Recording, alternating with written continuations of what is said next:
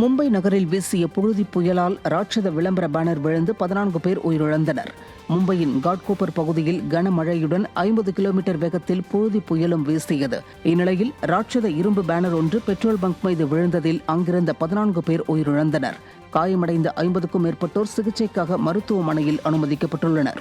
விபத்து நடந்த பகுதியில் தொடர்ந்து மீட்புப் பணிகள் நடைபெற்று வருவதால் பலி எண்ணிக்கை உயரக்கூடும் என அச்சம் எழுந்துள்ளது.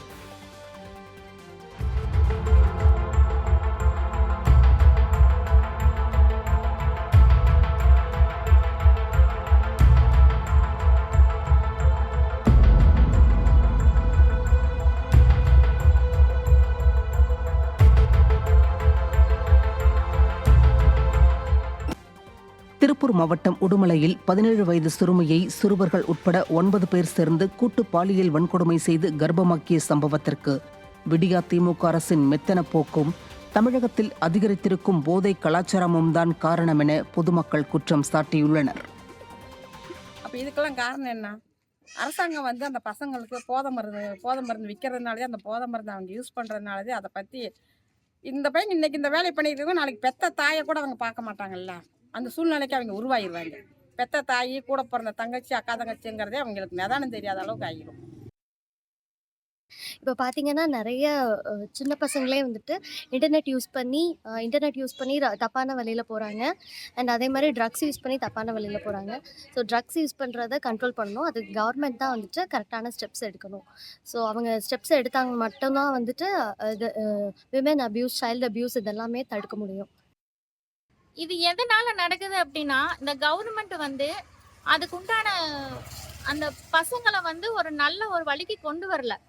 ஒரு 5வது 6வது 8வது 10வது படிக்கிற பசங்களுக்கு படிப்பு சொல்லி கொடுத்து ஆசிரியர்கள் நல்ல வழிக்கு கொண்டு போகணும். ஆனால் பசங்களை அந்த வழியில் இல்லாமல் ட்ரக்ஸு, போதைப் பொருள் இந்த மாதிரி நிறைய விஷயங்களில் கெட்ட பழக்கங்களை பழக்கி அதுகளை தப்பான வழிகளுக்கு கொண்டுட்டு போயிட்டு இருக்காங்க. கவர்மெண்ட் இதுக்கெல்லாம் என்ன வழி? தெற்கு அந்தமான், தென்கிழக்கு வங்கக்கடல் மற்றும் நிக்கோபர் தீவு பகுதிகளில் தென்மேற்கு பருவமழை முன்கூட்டியே வரும் 19ஆம் தேதி தொடங்க வாய்ப்புள்ளதாக வானிலை மையம் தெரிவித்திருக்கிறது. தமிழ்நாட்டில் அடுத்த 5 நாட்களுக்கு ஒரு சில இடங்களில் கனமழை பெய்ய வாய்ப்புள்ளதாகவும், புதுச்சேரி, காரைக்கால் பகுதிகளில் இடி, மின்னல் மற்றும் பலத்த காற்றுடன் லேசானது முதல் மிதமான மழை பெய்யக்கூடும் என்றும் தெரிவிக்கப்பட்டுள்ளது. அதேபோன்று திண்டுக்கல், தேனி, மதுரை, விருதுநகர், தென்காசி, நெல்லை மற்றும் கன்னியாகுமரி ஆகிய மாவட்டங்களில் ஓரிரு இடங்களில் இன்றும் நாளையும் கனமழை பெய்ய வாய்ப்புள்ளதாகவும், சென்னை மற்றும் புறநகர் பகுதிகளில் அடுத்த 2 நாட்களுக்கு லேசான மழை பெய்யக்கூடும் என்றும் வானிலை மையம் தெரிவித்துள்ளது. திருப்பூர் மாவட்டம் வஞ்சிபாளையத்தில் தண்டவாளம் பராமரிப்பு பணிகள் காரணமாக ரயில்கள் ஆங்காங்கே நிறுத்தப்பட்டதால் பொதுமக்கள் அவதியடைந்தனர். வஞ்சிபாளையம் ரயில் நிலையத்தில் தண்டவாள பராமரிப்பு பணிகள் நடைபெற்றதால் பல்வேறு ரயில்கள் தாமதமாக இயக்கப்பட்டன. மேலும் வந்தே பாரத் உட்பட அனைத்து ரயில்களும் ஆங்காங்கே நிறுத்தப்பட்டதால் ரயில்கள் 2 மணி நேரம் தாமதமாக இயக்கப்பட்டன. இதனால் அன்றாட பணியாளர்கள் வேலைக்கு தாமதமாக செல்வதால் ஒரு நாள் வேலையை இழக்கும் அவல நிலை ஏற்பட்டது. அடிக்கடி இதுபோன்ற பராமரிப்பு பணிகள் மேற்கொள்வதாலும் ரயில்கள் தாமதமாக இயக்கப்படுவதாலும் பயணிகள் மற்றும் பொதுமக்கள் அவதிக்குள்ளாகி வருகின்றனர். ஈரோட்டில் பள்ளிக் கல்வித்துறை உத்தரவை மீறி பள்ளிகள் முன்பு மாணவர்களின் மதிப்பெண்கள் அடங்கிய விளம்பர பதாகைகள் வைத்துள்ள பள்ளிகள் மீது நடவடிக்கை எடுக்காமல் மாவட்ட கல்வித்துறை அலட்சியத்துடன் செயல்படுவதாக பொதுமக்கள் குற்றம் சாட்டியுள்ளனர். தமிழகத்தில் 10ஆம் வகுப்பு மற்றும் 12ஆம் வகுப்பு பொதுத் தேர்வு முடிவுகள் வெளியாகியுள்ள நிலையில் தனியார் பள்ளிகள் மாணவர்களின் மதிப்பெண்கள் மற்றும் தேர்ச்சி சதவீதத்தை கொண்டு விளம்பர பதாகைகள் வைக்கக்கூடாது என பள்ளிக் கல்வித்துறை உத்தரவிட்டிருந்தது. இந்த நிலையில் ஈரோட்டில் சில தனியார் பள்ளிகள் மாணவர்களின் புகைப்படத்துடன் கூடிய மதிப்பெண்கள் அடங்கிய விளம்பர பதாகைகளை வைத்துள்ளதாகவும், பள்ளிக் கல்வித்துறையின் அறிவிப்பை காற்றில் பறக்கவிட்ட தனியார் பள்ளிகள் மீது நடவடிக்கை எடுக்காமல் மாவட்ட கல்வித்துறை வேடிக்கை பார்ப்பதாகவும் பொதுமக்கள் குற்றம் சாட்டியுள்ளனர். விழுப்புரம் மாவட்டம் வேடம்பட்டு கிராமத்தில் சீல் வைக்கப்பட்ட ஆலை இயக்கப்படுவதையும் தட்டி கேட்கும் கிராம மக்கள் மீது போலீசார் பொய் வழக்கு பதிவு செய்வதையும் கண்டித்து ஆட்சியர் அலுவலகத்தை முற்றுகையிட்டு கிராம மக்கள் போராட்டத்தில் ஈடுபட்டனர். வேடம்பட்டு கிராமத்தில் செயல்பட்டு வந்த தனியார் மருத்துவ கழிவு சுத்திகரிப்பு ஆலை கடந்த மாதம் அரசால் சீல் வைக்கப்பட்டது.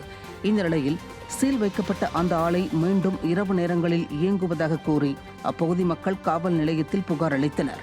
ஆனால் போலீசார் ஆலை நிர்வாகத்திடம் லஞ்சம் பெற்றுக்கொண்டு ஆலையை செயல்பட அனுமதிப்பதாகவும், ஆலை நிர்வாகம் மீது புகார் அளித்தவர்கள் மீது பொய் வழக்கு போட்டுள்ளதாகவும் கூறி மாவட்ட ஆட்சியர் அலுவலகத்தை மக்கள் முற்றுகையிட்டு போராட்டத்தில் ஈடுபட்டனர். சீல் வச்ச கம்பெனில வந்து பார்த்துட்டு எங்க பிள்ளைங்க போய் சீல் வச்ச இடத்துல ஏன் இந்த மாதிரி செய்யுறீங்கன்னு கேட்டதுனால 5 பிள்ளைங்க மேல எஃப்ஐஆர் அகாண்டமான ஒரு எஃப்ஐஆர் போட்டுட்டாங்க. ஒரு போலீஸுக்கு போய் நாங்க தகவல் கொடுத்தோம். அந்த நீங்க ஏன் சீல் வச்ச கம்பெனில எகிரி குச்சி வேலை பாக்குறீங்கன்னா அந்த சட்டத்தை யாரும் பேசவே இல்லை. அனாவசியமான ஸ்டேஷனுக்கு வந்து ஒப்படைச்சதுனால வந்து அவங்க மேல அகாண்டமான ஒரு பொய் தப்பான ஒரு பொருளையை கிளப்பி 5 பேர் மேல எஃப்ஐஆர் கொடுத்து இவங்க அதை பண்றாங்க இதை பண்றாங்கன்றதுனால அதனால எங்களுக்கு ஒரு தீர்ப்பு கிடைக்கணுன்றதுக்காக நாங்க வந்துக்கிறோம் சார். இங்க வந்து வச்ச கம்பெனி உள்ள வேலை செய்யறாங்க சார். வேலை செஞ்சவங்க என்ன பண்றாங்க, இங்க போலீஸ் வரத்தை பார்த்தோன்னே அதை நிறுத்திட்டு இவங்க எல்லாரும் போயிட்டாங்க. அதை வந்து எங்க ஊர் இளைஞர்கள் எல்லாம் வண்டி எடுத்து போயிட்டு 2 வீலர் எடுத்து போய் போலீஸ் ஸ்டேஷன்ல கொடுக்குறோம். கொடுத்து எஃப்ஐஆர் அப்பே நைட்டே என்ன பண்ணோம், நாங்க கேஸ் கொடுத்துட்டு வரோம். எங்களை கூட்டி இன்னும் ஏதுனே வந்து எதுவுமே கேட்காம அந்த கம்பெனிக்காரங்களை வர சொல்லி வண்டியை வந்து என்கிட்ட இன்னும் எதுன்னு கேட்காம வண்டியை வந்து அவங்க கிட்ட ஒப்படைச்சிட்டாங்க சார். ஒப்படைச்சிட்டு அதுக்கப்புறம் பாத்தீங்கன்னா யார் ஸ்டார்டிங்ல இருந்து இப்ப வரைக்கும் மனு கொடுக்குறாங்களோ, யார் பேர்ல தனிப்பட்ட பேர்ல மனு கொடுக்குறாங்களோ அந்த 5 பேர் மட்டும் போய் கேஸ் போட்டிருக்காங்க சார். எதுக்கு ஃபைல் பண்ணணும் சொல்லுங்க. திருவண்ணாமலை மாவட்டம் வந்தவாசி அருகே சீரான மின்சாரம் வழங்காத மின்வாரிய அதிகாரிகளை கண்டித்து கிராம மக்கள் சாலை மறியலில் ஈடுபட்டனர். பெருதூர் கிராமத்தில் கடந்த 15 நாட்களாக சீரான மின்சாரம் வழங்கப்படவில்லை என கூறப்படும் நிலையில் இரவு நேரங்களில் அடிக்கடி மின்தடை ஏற்படுவதாக கிராம மக்கள் குற்றம் சாட்டியுள்ளனர். இதுகுறித்து மின்வாரிய அதிகாரிகளுக்கு பலமுறை புகார் அளித்தும் நடவடிக்கை எடுக்காததால் ஆத்திரமடைந்த கிராம மக்கள் வந்தவாசி மேல்மருவத்தூர் சாலையில் மறியலில் ஈடுபட்டனர். தகவல் அறிந்து சம்பவ இடத்திற்கு சென்ற காவல்துறையினர் மற்றும் விடிய அரசின் மின்வாரிய அதிகாரிகளுடன் கிராம மக்கள் வாக்குவாதத்தில் ஈடுபட்டதால் பரபரப்பு ஏற்பட்டது. இதனால் வந்தவாசி மேல்மருவத்தூர் சாலையில் 1 மணி நேரம் போக்குவரத்து பாதிக்கப்பட்டது. ராத்திரில கரண்ட் கண்டிப்பா நிறுத்துறாங்க. ஒரு தெருல கரண்ட் எரியுது, ஒரு தெருல கரண்ட் எரியல. நாங்க வந்து கேட்ட ஜெய்கோ இல்ல பிபிக்கு போன் பண்ணா யாரும் ஒரு ரெஸ்பான்ஸா கொடுக்க மாட்டேன்றாங்க, போன் எடுக்க மாட்டேன்றாங்க.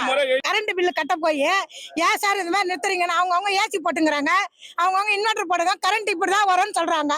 நாங்க என்ன சார் பண்றாங்களா இல்லாத பட்டவங்க அந்த கரண்ட் தானே கேக்குறோம். நாங்க நைட்ல கரண்ட் ஏன் இந்த மாதிரி பண்றாங்க. ஒரு தெருல எரியுது, ஒரு தெருல எரியல. ஒரு வீட்டுல எரியுது, எரியுற விட்டவங்க வெளியே வர மாட்டேறாங்க. எரியாதவங்க நாங்க வெளியே வந்து கஷ்டப்படுறோம். நாங்களாம் கூலி வேலைக்கு போறோங்க சார். நைட்ல வந்து படுக்கணும், நிம்மதியா படுக்கணுமா தேவையில்லையா சார். நாங்க எங்களுக்கு தேவை நைட்ல கரண்ட் நிறுத்தக்கூடாது சார். கரண்ட் ரெகுலரா எங்களுக்கு வேணும். நைட் ஆனால் கரண்ட் கட் ஆகிவிட்டு இருக்குது. இதை நாங்கள் பலமுறை ஜேகிட்ட எழுதி கொடுத்துக்கிறோம். இதுவரைக்கும் எந்த தீர்வும் காணவில்லை. இப்பொழுதும் நாங்கள் சொல்லணும், இதுவரைக்கும் யாரும் வந்து இது பண்ணவில்லை. நாங்களே தினமும் பீஸ் போட்டு நாங்களே இது பார்த்து கொள்கிறோம். இது இப்போ ரோட்ல உட்காந்து மறியல் பண்ணிக்கிறோம். பாருங்க, இங்க இருக்கிற மக்கள் எல்லாரும் பாருங்க, எல்லாம் கூலிக்கு வேலைக்கு போறவங்க தான். காலைல ஆனா யாரும் எல்லாம் வேலைக்கு போறவங்க தான். காலையில வந்து எழுதி கொடுங்கன்னு இப்ப சொல்றாங்க. நாங்க இது ஒரு 3 முறை எழுதி கொடுத்துக்கிறோம். 3 முறை தலைவர் 3 முறை எழுதி கொடுத்துக்கிறாரு, பிடிசி கொடுத்துக்கிறாரு. இதுக்கு சரியான முறையில் தீர்வுகள். சென்னை மற்றும் புறநகர் பகுதிகளுக்கு குடிநீர் ஆதாரமாக விளங்கும் புழல் ஏரி அதிக வெப்பம் காரணமாக ஆவியாகி வருவதால் குடிநீருக்கு தட்டுப்பாடு நிலவும் அபாயம் ஏற்பட்டுள்ளது. மாதவரம், அம்பத்தூர், ஆவடி, பெரம்பூர் உள்ளிட்ட முக்கிய பகுதிகளுக்கு குடிநீர் ஆதாரமாக விளங்குவது புழல் ஏரி. இதிலிருந்து நாள்தோறும் 165 கன அடி வீதம் தண்ணீர் வெளியேற்றப்பட்டு வருகிறது. இந்த நிலையில் அதிக வெப்பம் காரணமாக புழல் ஏரியின் நீர் ஆவியாகி குடிநீருக்கு தட்டுப்பாடு நிலவும் அபாயம் ஏற்பட்டுள்ளதாக பொதுமக்கள் அச்சம் தெரிவித்திருக்கின்றனர். மேலும் செங்குன்றம் உள்ளிட்ட பகுதிகளில் இயங்கும் தொழிற்சாலை கழிவுநீர் புழல் ஏரியில் கலப்பதாகவும் ஆகாய தாமரைகள் அதிக அளவில் சூழ்ந்துள்ளதாகவும் பொதுமக்கள் குற்றம் சாட்டியுள்ளனர். அதேபோன்று புழல் ஏரியின் சுற்றுவட்டார பகுதிகளில் குப்பை கழிவுகள் மற்றும் இறைச்சி கழிவுகளை கொட்டாதவாறு விடியா திமுக அரசு நடவடிக்கை எடுக்க வேண்டும் என்றும் பொதுமக்கள் வலியுறுத்தியுள்ளனர். சேலம் மாவட்டம் ஓமலூர் அருகே வீடுகள் மீது பெட்ரோல் குண்டு வீசிய வழக்கில் 7 பேரை போலீசார் கைது செய்தனர். பொட்டியபுரம் ஊராட்சிக்குட்பட்ட அண்ணாநகர் காலனியில் வசிக்கும் விஸ்வநாதன் என்பவரும் காமலாபுரம் பகுதியைச் சேர்ந்த பன்னீர்செல்வமும் நண்பர்களாக பழகி வந்தனர். இந்த நிலையில் பணம் கொடுக்கல் வாங்கல் தொடர்பாக இருவருக்கும் கருத்து வேறுபாடு இருந்து வந்ததாக கூறப்படுகிறது. இதற்கிடையே கடந்த 10ஆம் தேதி இருவரின் வீடுகளிலும் மர்ம நபர்கள் பெட்ரோல் குண்டு வீசி தாக்குதல் நடத்தினர். இது தொடர்பாக வழக்கு பதிவு செய்து போலீசார் விசாரணை நடத்திய நிலையில் விஸ்வநாதன், பன்னீர்செல்வம் ஆகிய இருவரும் நண்பர்களுடன் சேர்ந்து மாறி மாறி தங்களது வீடுகளில் பெட்ரோல் குண்டு வீசியது தெரிய வந்தது. இதைத் தொடர்ந்து பெட்ரோல் குண்டு வீசியதாக 7 பேரை கைது செய்து நீதிமன்றத்தில் ஆஜர்படுத்தி போலீசார் சிறையில் அடைத்தனர். தூத்துக்குடி மாநகரில் அதிகாலை முதல் பெய்த கனமழையால் சாலைகளில் அதிக அளவில் தண்ணீர் தேங்கி வாகன ஓட்டிகள் கடும் அவதிக்குள்ளாகியுள்ளனர். தூத்துக்குடி மாவட்டத்தில் நாளுக்கு நாள் வெயிலின் தாக்கம் அதிகரித்து வந்ததால் பொதுமக்கள் வேதனையில் வாடி வந்தனர். இந்நிலையில் செவ்வாய்க்கிழமை அதிகாலை முதல் பெய்த சாரல் மழை சற்று நேரத்தில் உக்கிரமடைந்து கனமழையாக கொட்டி தீர்த்தது. ஒரு சில மணி நேரம் பெய்த கனமழைக்கு தள்ளாடும் நிலைக்கு தூத்துக்குடி தள்ளப்பட்டுள்ளதால் அடுத்து வரும் பருவமழை என்ன பாடுபடுத்துமோ என மக்கள் பீதியடைந்துள்ளனர். கடந்த டிசம்பர் மாத கனமழை துயரத்தில் இருந்து மீளாத நிலையில் செயலற்ற விடிய அரசால் வாழ்க்கையை முடங்கிவிடுமோ என்று அச்சம் தெரிவித்துள்ளனர்.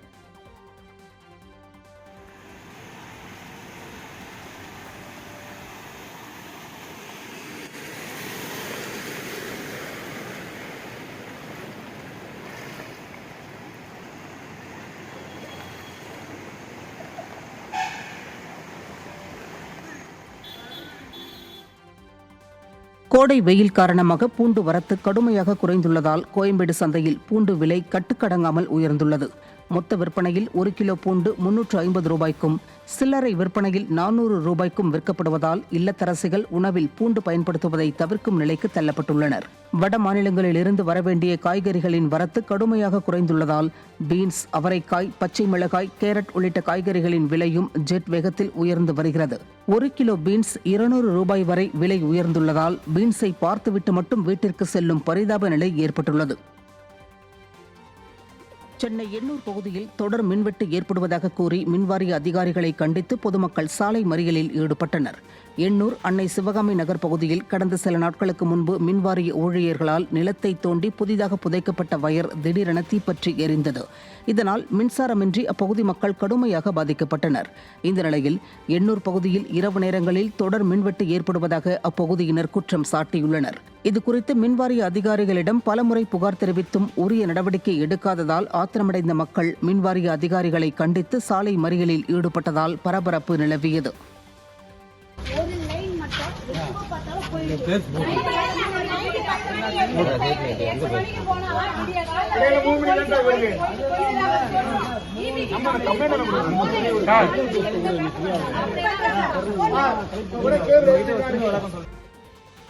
நாமக்கல் மாவட்டம் பரளி அருகே நிதி நிறுவனம் நடத்தி 250 கோடி ரூபாய் மோசடி செய்துவிட்டு தலைமறைவான நிதி நிறுவன அதிபர் மீது நடவடிக்கை எடுக்க கோரி மாவட்ட ஆட்சியர் அலுவலகத்தில் பாதிக்கப்பட்டவர்கள் புகார் அளித்தனர். பரளியை அடுத்த கங்காணிப்பட்டி கிராமத்தை சேர்ந்தவர் பொன்னுவேலப்பன் நாமக்கல் நகரில் சந்தைப்பேட்டை புதூரில் பாலாஜி என்ற பெயரில் கடந்த 35 ஆண்டுகளாக நிதி நிறுவனம் நடத்தி வருகிறார்.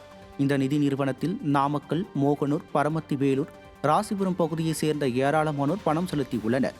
ஆரம்பத்தில் பணம் கட்டியவர்களுக்கு முறையாக வட்டி தந்த பொன்னுவேலப்பன் கடந்த மார்ச் மாதம் நிதி நிறுவனத்தை மூடிவிட்டு தலைமறைவானதாக கூறப்படுகிறது.